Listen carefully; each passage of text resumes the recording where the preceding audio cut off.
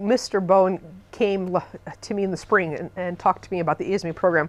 I think it's amazing, and there's no other word for it, because the teachers here, in particular at Apollo, for 9 months of the year, they spend encouraging kids, pushing kids, trying to get kids to do work, to do credits, to want to learn, to want to come to school.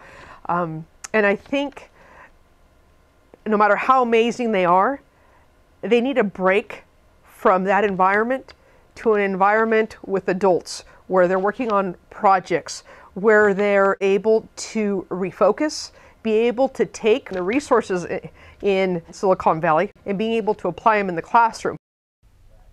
My school, Apollo, is considered a small but necessary school. I guess you could call it like a continuation school. We serve students who are still juniors and seniors, but they've fallen behind on their credits.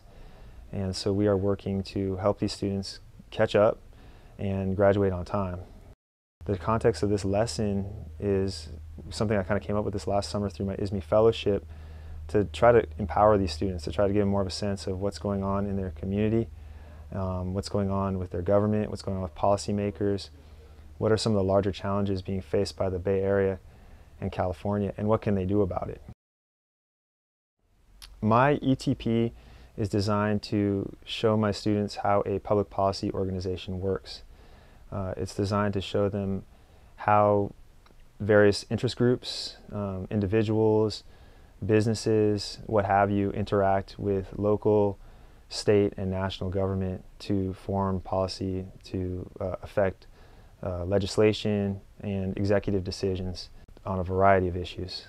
Last summer, my fellowship with SVLG was basically a research position. I was helping them look at what's going on with job trends in Silicon Valley. I observed a lot of how the leadership group interacts with one another, how they function, how they interact with elected officials, and I wanted to kind of mimic their practices with my students. Today's lesson was designed to give the students a sense of kind of how the day-to-day business of a policy group like the leadership group, how they would function.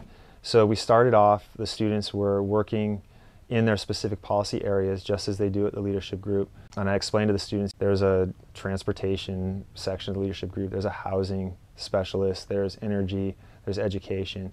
And you see that in the lesson here too. There's various groups working on their issues, looking at research. Then we had the policy group meeting. I brought everybody together just as they would do once a week at the leadership group.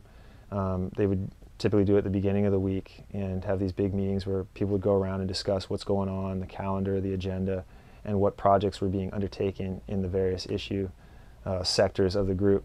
And so we did that in the class today, just to kind of give a sense of how these guys interact and just to hear what's happening in California with all these various issues that the students are looking at. One policy group that I'm a part of is education. And I learned that in California alone in 2006-2007, we did spend $9.3 billion on just special education.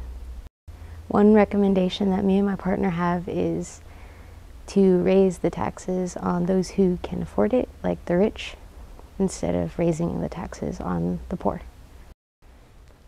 The policy group that I'm part of was the transportation in California, and what I learned was that the traffic flow in California is really increasing due to the population growth here too, and we need to find ways which we can lower that traffic.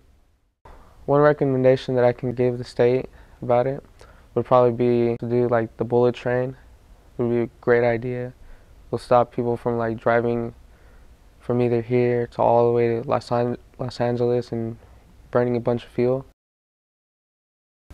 My issue was health, and I learned that a lot of people don't have health insurance, and if they do, they have to pay it forward cash, and it's really hard if you don't have insurance. You don't have coverage for a lot of important health issues you may have.